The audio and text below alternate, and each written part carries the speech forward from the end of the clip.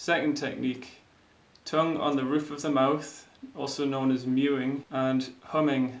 These go well together because when you hum, your tongue position matters. So place your tongue gently on the roof of the mouth. This improves the circulation behind your nose and supports better airflow. So to do mewing properly, instead of pushing the tongue at the roof of the mouth, you want to find suction so that your tongue is pressed against the roof and then it stays there naturally. So once you've pressed it to the top, then let go with the force and simply let the suction take over as you continue breathing, and you'll feel a deeper breath that may be thinner but is more fine. It builds a deeper breath going up the back channel and down the front because the mouth is where the yin and the yang connects. This not only aids nasal breathing but can also promote facial structure alignment over time, including the jaw, your whole body posture. Once you've got this posture, you can try humming softly.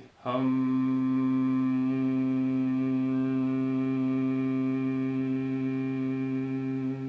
And I learned a couple of tips for humming. One is to make the sound or mum, and then you'll feel the right vibration on the lips, on the upper lip. Mum.